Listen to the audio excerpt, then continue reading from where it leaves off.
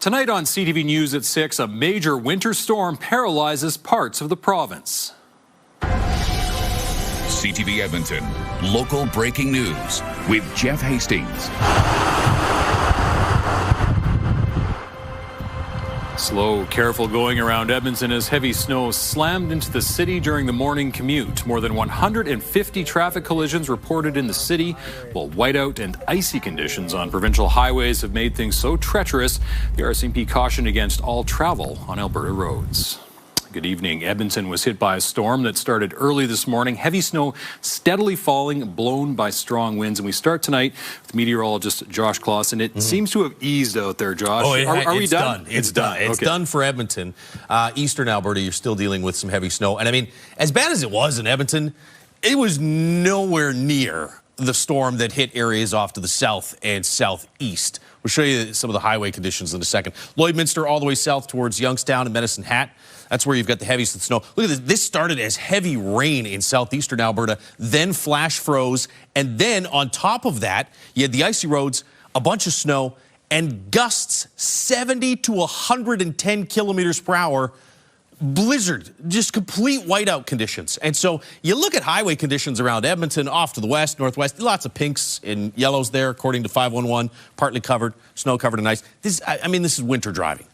This area here is where it has been absolutely brutal, and so travel not recommended in that area for at least the next few hours. There's your max wind gusts. Look at this, 100 in Medicine Hat, 113 in Lethbridge. Here in Edmonton, we maxed out at about 40. So yes, it was snowing and blowing, but that storm is now done, and conditions will improve overnight tonight. It should be a much calmer day on tap for tomorrow. All right, thanks, Josh.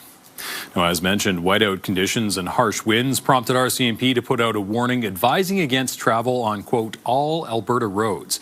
In Airdrie, an 80 to 100 vehicle pileup closed Highway 2 between Airdrie and Calgary this afternoon.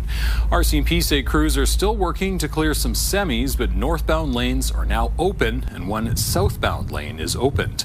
A warming station has been set up in Airdrie for people involved in the crash. There are also QE2 closures near Olds and Acme and north of Red Deer.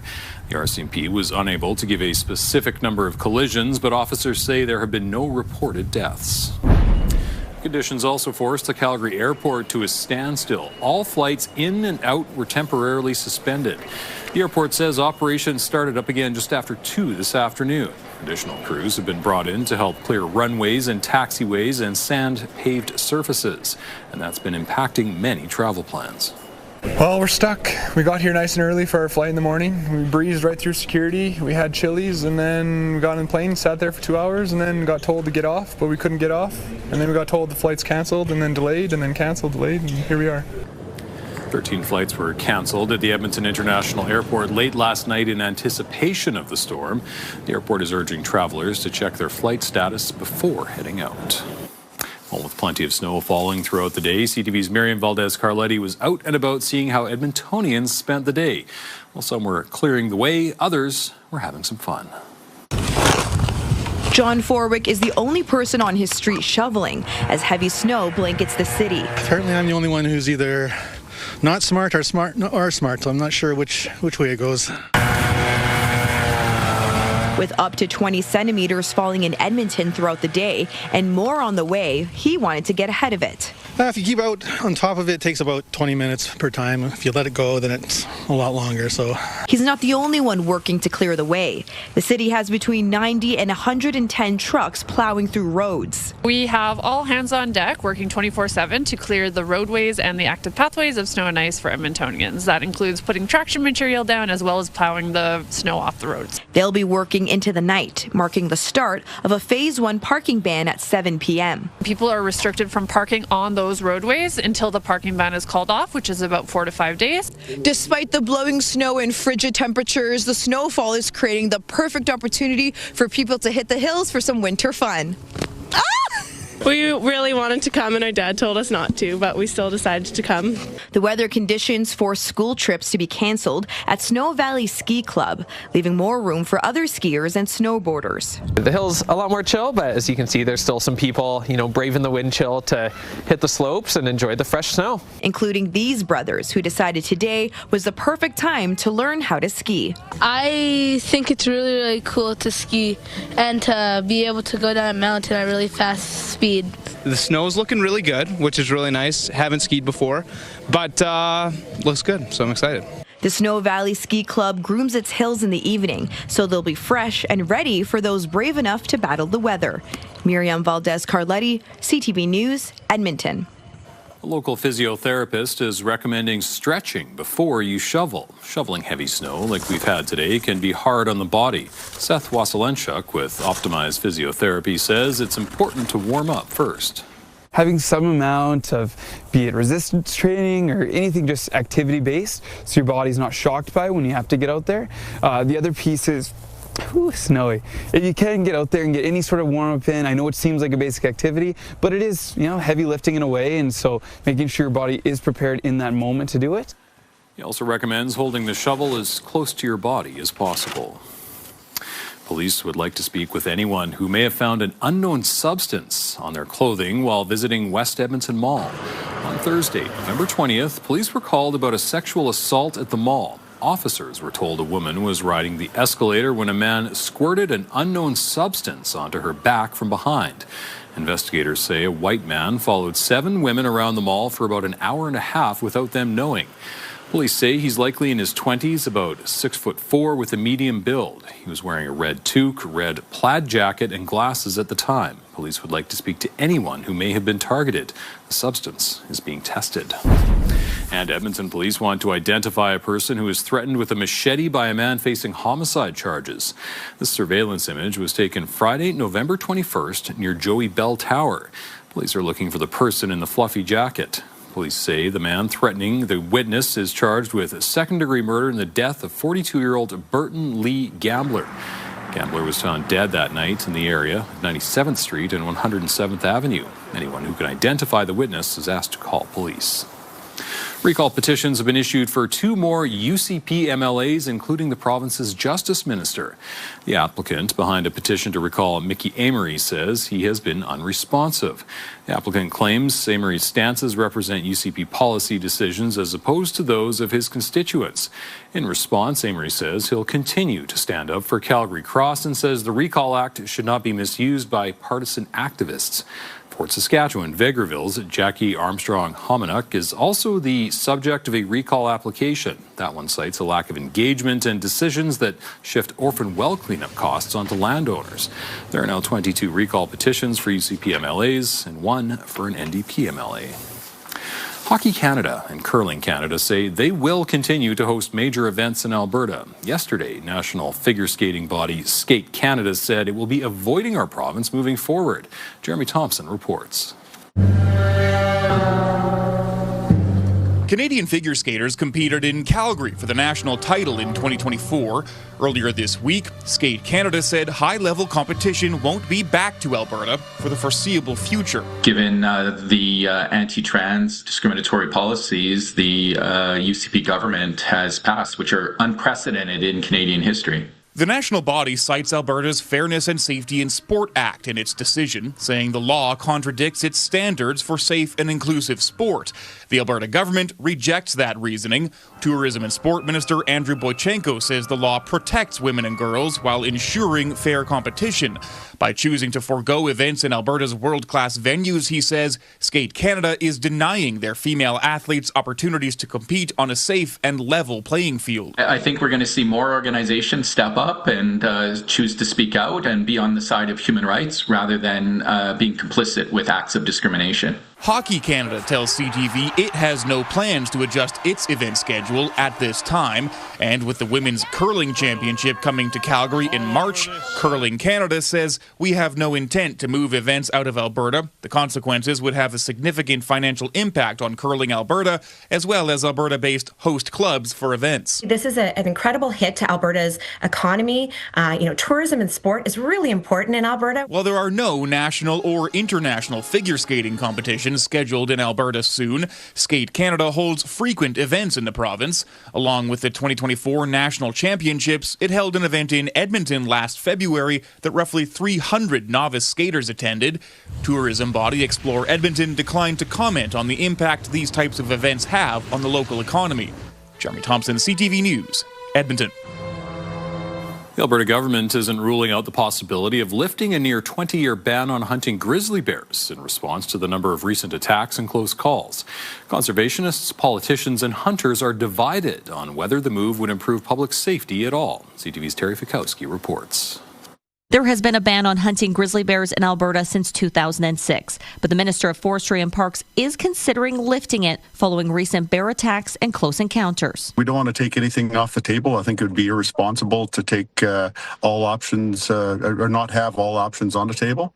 So we're looking at everything. Last year, the province introduced a program that allowed the hunting of targeted problem bears, which the minister also hasn't ruled out expanding. Probably what's most alarming is we're seeing bears where they haven't traditionally been. But grizzlies have a low reproduction rate, and there are concerns about the impact on the threatened species, with data in some regions more than a decade old. Because we don't know anything about the populations or where these bears are, we don't know the impact of any kind of hunt. Kevin Van Tighem, a conservationist, hunter and author, says there's no proof hunting would decrease human-bear conflict. The motivation here is not about the public interest. The motivation here is around a special interest. And the special interest is people that want to kill bears and are prepared to pay big money to do it. The minister rejects the notion, as does the Alberta Professional Outfitter Society, which supports lifting the hunting ban. There would be a very, very limited and restricted number. So it's not at all or in any way an opportunity where people could just go out and annihilate grizzly bears. Right now, the minister wants everybody to believe that every encounter with a grizzly bear ends in violence. Sarah El-Maligi with the NDP is calling on Albertans to share their not-so-negative experience with grizzlies and introduce a petition in the legislature urging the minister to reconsider the current grizzly bear conflict program. There are some very questionable decisions that have been made here with a lack of public consultation and stakeholder engagement. She also supports a complaint filed with the Ethics Commissioner alleging Lowen's recent hunting and trapping policies benefit outfitting companies, including his family's business. Allegations Lowen has been cleared of in the past. Our number one concern is the safety of Albertans and the protection of their property. Terry Fikowski, CTV News, Calgary. For more than 2 decades, inmates at the Edmonton Remand Centre have been getting a gift at Christmas thanks to some Catholic students in St. Albert. The man who created the program says the act has changed the lives of some inmates while teaching students an important lesson. Narman Issa reports. I thought I was not going to receive a gift this year for Christmas. Jerry Moran reads a letter from a Remand Centre inmate who received a treat bag made by students from the Greater St. Albert Catholic Schools. The retired chaplain started the program 26 years ago. These people do not have anything for Christmas. They can't communicate easily with their family. They're just alone for Christmas. The bags are filled with chocolates, notepads, and scripture. Students decorate the outside to make the packages pop. This really teaches students that all people deserve dignity and love and compassion, and that's the foundation of our Catholic beliefs. And so this has been a really important project for our school. The school division says while some parents were against the idea, many are in support. It's a great way for my children to learn that serving others is important, that there's other people in the world besides themselves, and to think about other people, especially at Christmas. Bags not going to the Remand Centre go to a local parish instead. They are donated to the homeless. This was the first time I've been here for Christmas. It was nice to receive the gifts with the colorful bags. Moran says this program is life-changing for some inmates. And I thank you for the hope you gave me with the gifts in the bag. A lesson in the difference a simple gesture can make. Nair Misa, CTV News, Edmonton.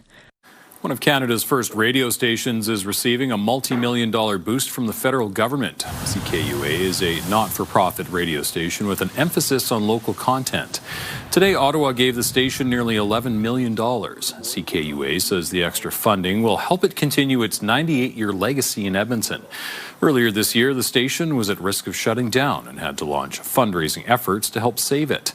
Now, with additional federal funding, the station expects to be running for years to come.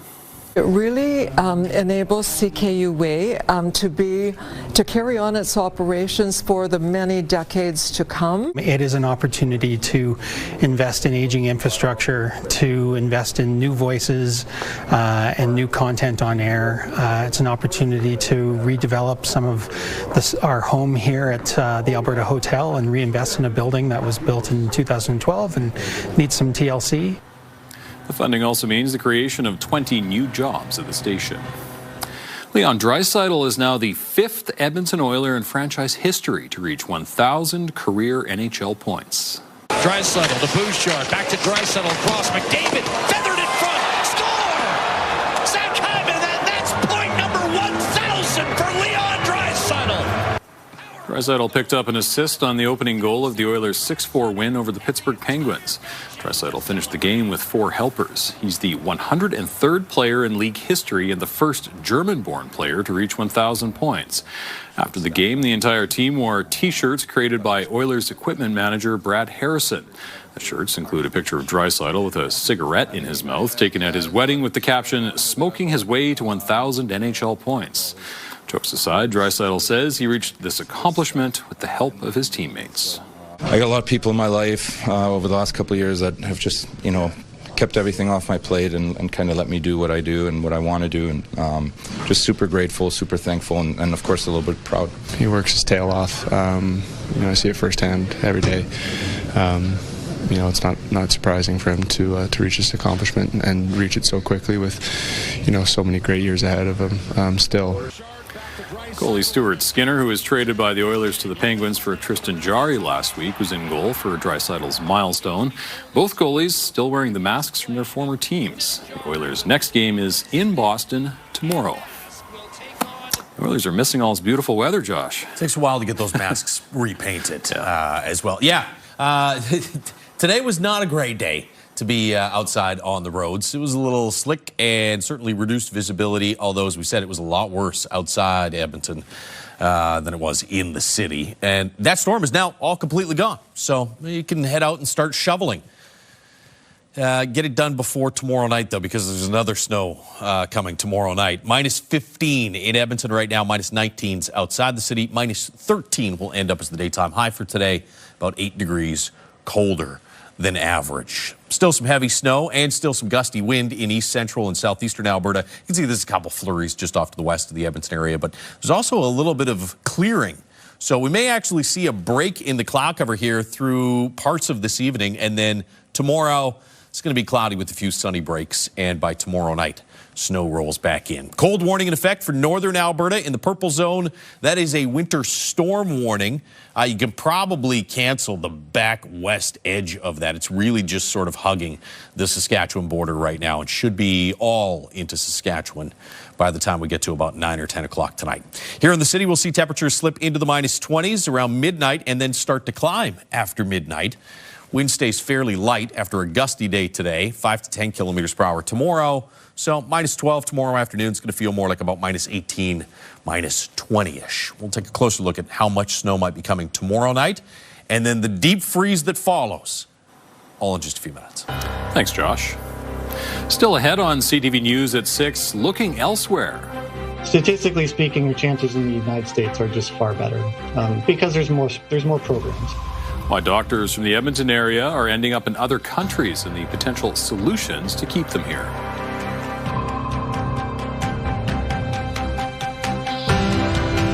Brought to you by James H. Brown Injury Lawyers, the heavy hitters of injury law.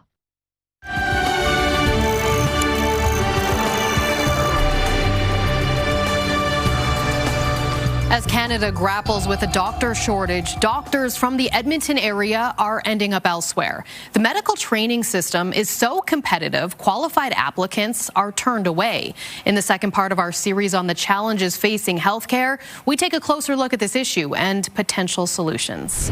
There's just not enough spots, which then raises the bar to an insanely high level. Edmonton-born pediatric pulmonologist Steve Brennan always planned to train and work as a doctor in Canada. However, after 2 years of applying to Canadian med schools without success, he looked elsewhere. And so then I had a friend of mine who I grew up with who was in Australia, and so I messaged him. I was like, what's this all about? Tell me. And he's like, yeah, it's awesome. You should come. Brennan says it was way easier to get into a school in Australia, and the training there just as high quality. He knew, however, getting a residency spot back home would be a challenge, since students trained in Canada are given preference. That's hard because there aren't a lot of residency spots. Statistically speaking, your chances in the United States are just far better because there's more programs, there's more spots, right?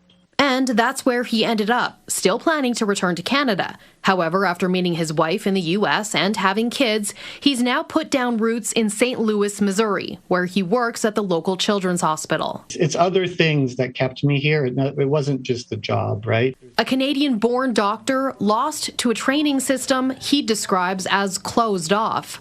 The Canadian Medical Association is advocating for changes. You may need more schools, but I would say the best model is for the schools that we have across Canada to look at more campuses. And the reason for that is the infrastructure to build the programs.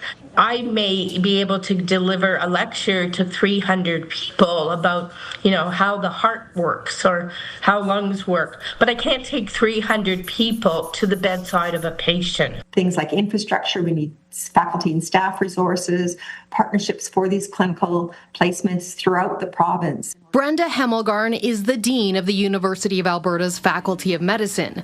The U of A just expanded, opening a new regional campus at Grand Prairie's Northwestern Polytechnic this past September. We know that one of the greatest demands in terms of physicians is in rural and regional areas, and we also know that physicians are most likely to practice in the places that they've last are trained or have been trained in. The Grand Prairie campus increases the U of A's med school seats by 30, bringing the total to 192 annually, up from 162. We usually have about 2,000 applications for those number of seats. The University of Calgary is also opening a regional campus next summer in Lethbridge.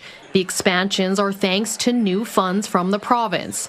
But while schools are adding capacity, Dr. Margot Burnell says it is not happening fast enough. So we don't have enough doctors, and we're going to have less doctors because we're an aging demographic. Over a third of doctors are greater than 55 years of age. So at that point, they start to plan what their future might look like. She says keeping the doctors we have happy, decreasing administrative burden, and making it easier for trained doctors from elsewhere to move and practice here are just a few things we need to be doing. And then we need the colleges to work together for what we call multi-jurisdictional licensures. So once I've been accepted as a competent physician at a given level, then that should be similar whether I'm in New Brunswick or British Columbia. Brennan agrees serious reform and investments are needed to ensure Canadians have access to doctors like him. Again, this is a decades-old problem, and people just aren't doing it. The federal government recently announced it will soon implement new rules to fast-track permanent residency for foreign doctors already working in Canada. Officials say this is crucial to keep these doctors in our country.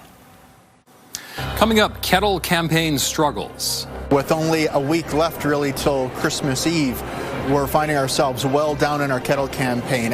What it means if Salvation Army can't meet its goal, also ahead. It does take a lot of hard work and creativity to do something like this. Local students get a lesson in entrepreneurship. Just cloudy skies tonight. We're done with heavy snow here in the Edmonton area, but there is more snow in the forecast for tomorrow night. A closer look at that and the rest of your forecast after this. Programming brought to you by Century Casino. 3 great locations: Edmonton, St. Albert, and Century Mile. to you by James H. Brown Injury Lawyers, the heavy hitters of injury law.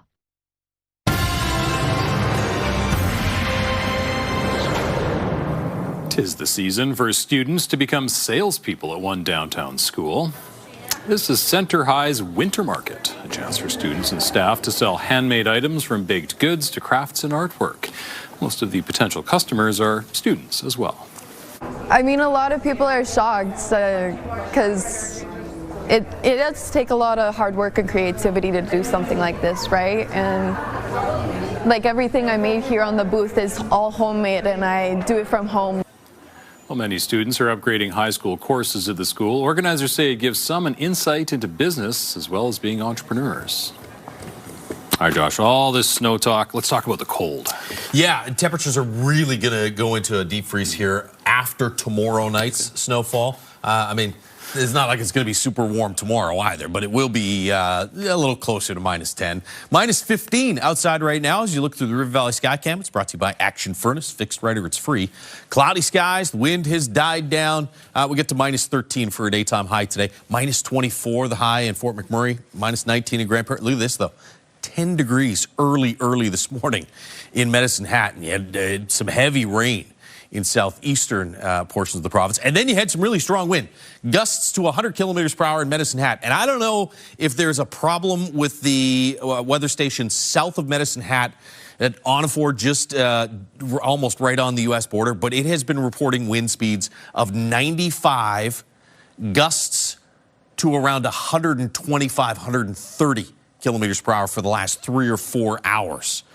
Lethbridge earlier today had a wind gust to 113 kilometers per hour. We maxed out at a paltry 40.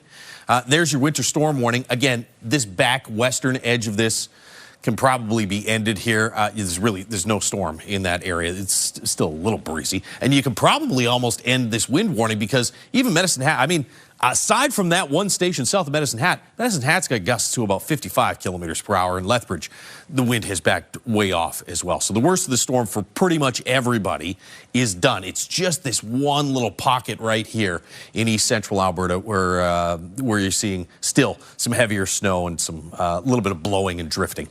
Nowhere near as bad as it was earlier today, though. Cloudy skies here in Edmonton through this evening and overnight tonight. We may see a few breaks in the cloud cover, but probably more cloud than sunshine over the course of the day tomorrow. And then by tomorrow afternoon, snow moves back into northwestern Alberta and through the mountain parks and then spreads east.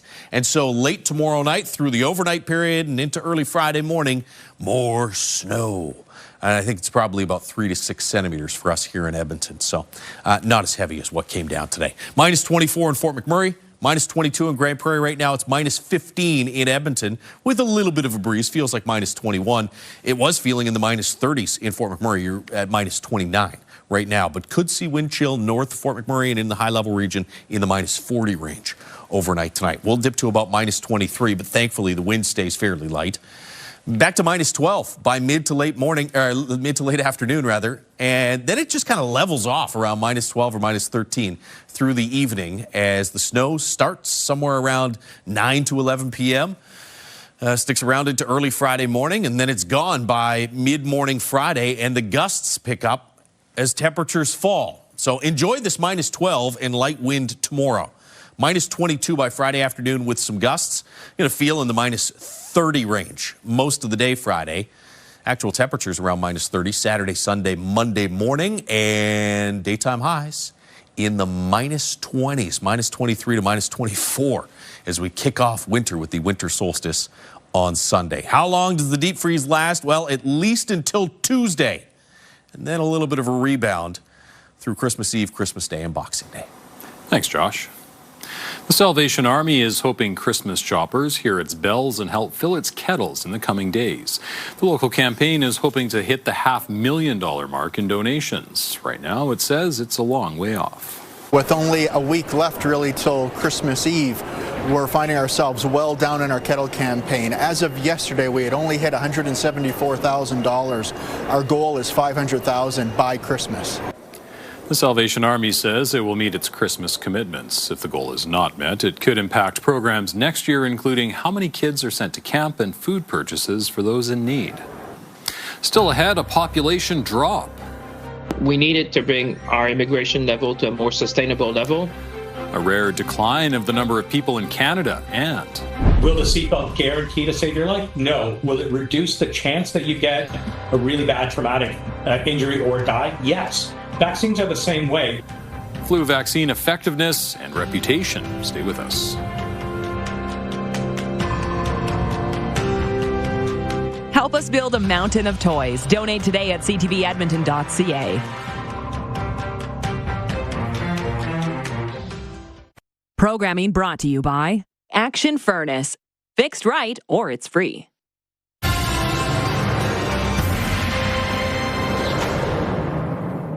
Canada's population has declined for the first time in history outside of the COVID-19 pandemic. The drop is being attributed to changes in immigration policy. As CTV's Heather Wright reports, it's expected to have an impact on our country's economic future. The federal government promised to, quote, get immigration under control, and preliminary numbers from Statistics Canada suggest efforts to curb the number of immigrants are working. Between July 1st and October 1st of this year, Canada's population decreased by about 76,000 people, mainly due to a reduction in the number of non-permanent residents.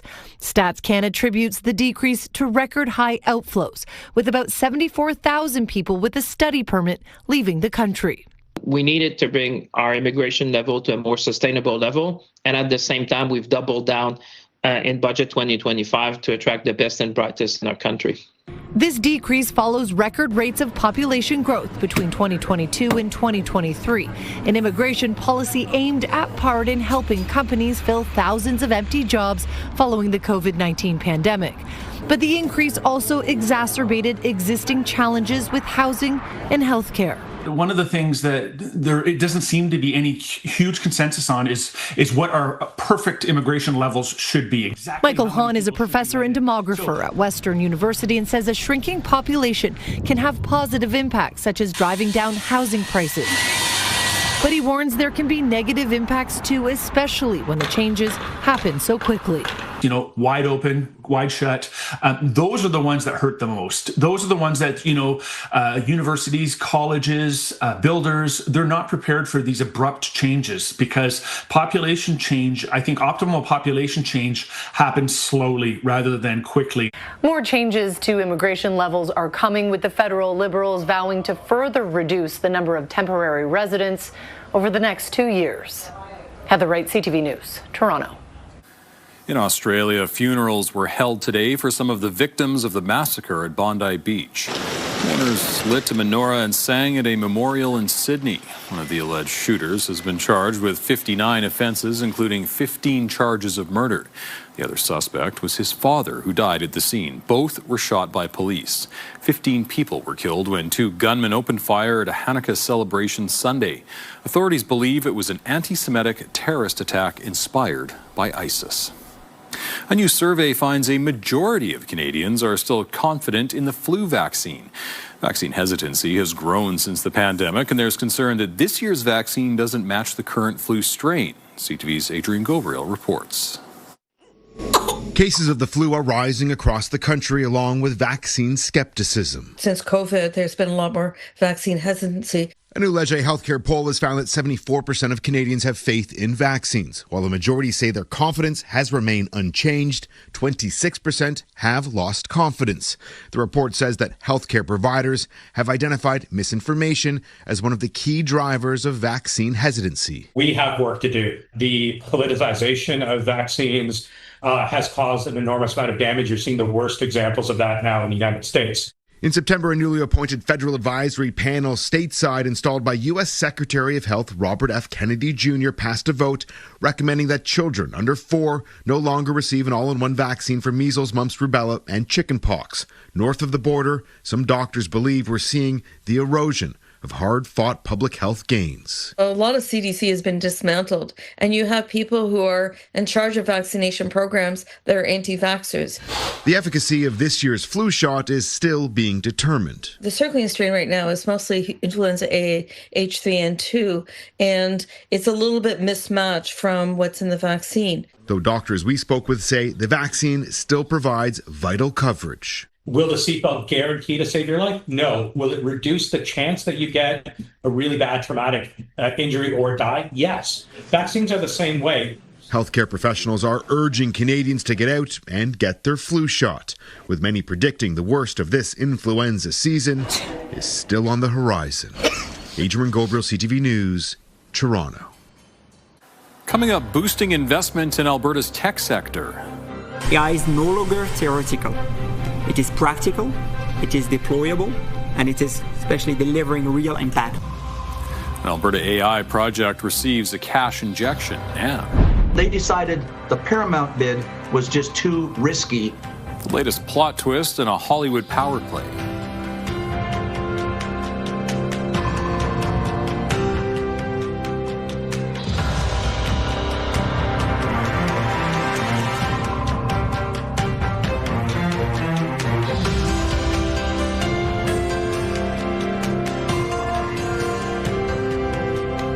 Programming brought to you by Action Furnace. Fixed right or it's free.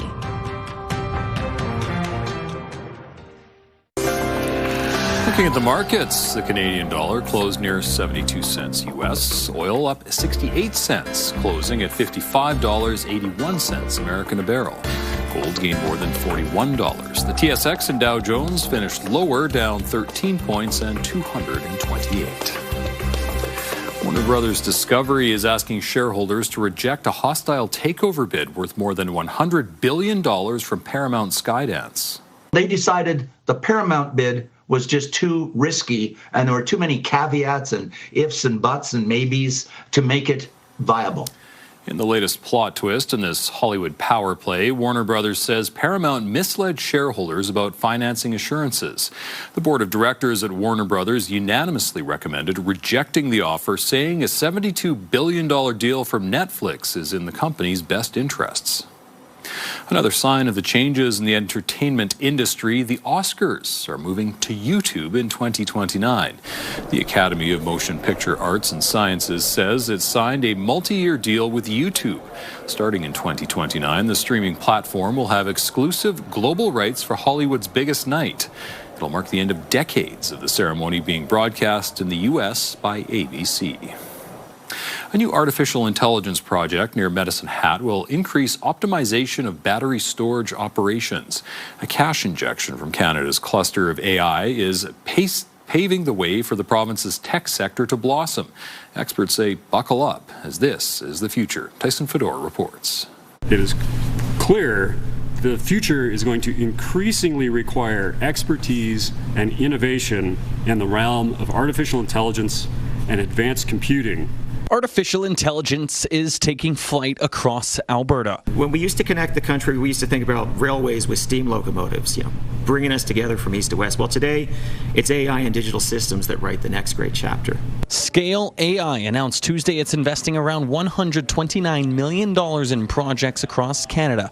Calgary-based Arcus Power will see $3 million to help optimize charging and discharging battery storage at a solar farm in Cypress County. We are moving from a single battery system to many battery systems, and how do you best decide what action to take for each individual battery to ensure that the whole portfolio is operating in the best manner. Arcus Power is teaming up with Elemental Energy, who operates that facility. Before AI, the site would not discharge energy back to the grid because of limitations to the transmission line. We worked with them a few years ago to come up with an optimization model to determine, based on the conditions of the asset, which is PV and battery storage, and the market conditions of the grid. There are more than 3,300 AI companies across Canada. AI is no longer theoretical. It is practical, it is deployable, and it is especially delivering real impact today. And the impact of AI will be felt for generations to come. Experts believe it will soon be integrated into healthcare, education, and customer service. We need to understand that AI is not perfect. AI providing information is never 100% correct, which is why we say that you always need a human in the loop. You always need the human expertise. Tyson Fedor, CTV News, Calgary. The Edmonton Community Foundation is giving nearly $2 million to early childhood development resources in our city. This funding will be spread across 18 organizations through 59 grants. The money will go towards programs like Indigenous-led preschool, thousands of new library books, and early childhood education spaces. The Bantero Society, Edmonton Public Library, and the ABC Head Start Society are some of the organizations that will benefit. The foundation's CEO says investing in young children is the most powerful way to mitigate longer-term social challenges. Still ahead, a grateful gift. I always thought without them, I wouldn't be here. The story behind a Christmas present 35 years in the making.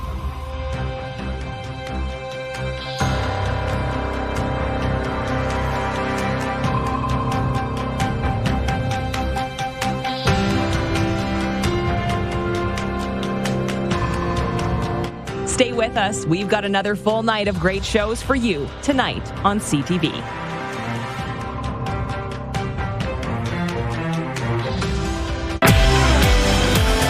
Thursday in your morning, we talked to the singer of Air Supply about their upcoming stop in Edmonton and their 50-year anniversary, plus a local group helping children of single parents shop with dignity. Your Morning Edmonton, weekdays.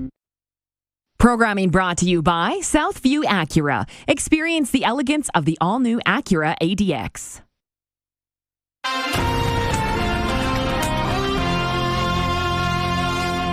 The Christmas season is a time of giving and gratitude, and one woman has been demonstrating that spirit for decades. It all started with a brush with death. CTV's Adam Sawatsky explains.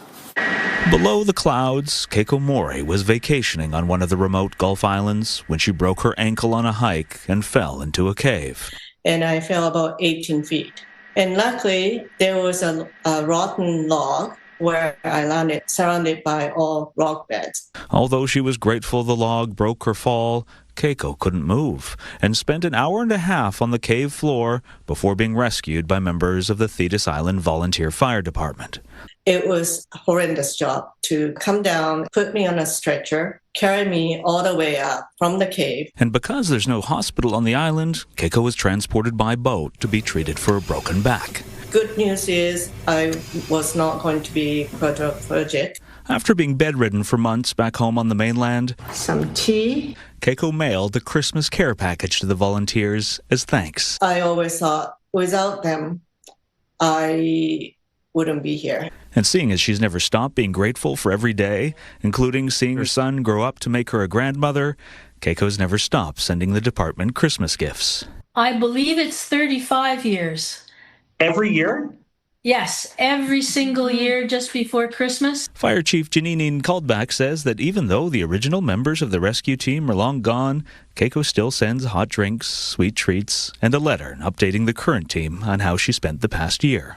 We feel like she's part of our family as well, even though nobody has met her. She's important to us, and we're just thrilled that we're important to her. And Keiko plans to keep sending gifts for as long as she can, because it's important to recognize the volunteers who keep helping whenever they can.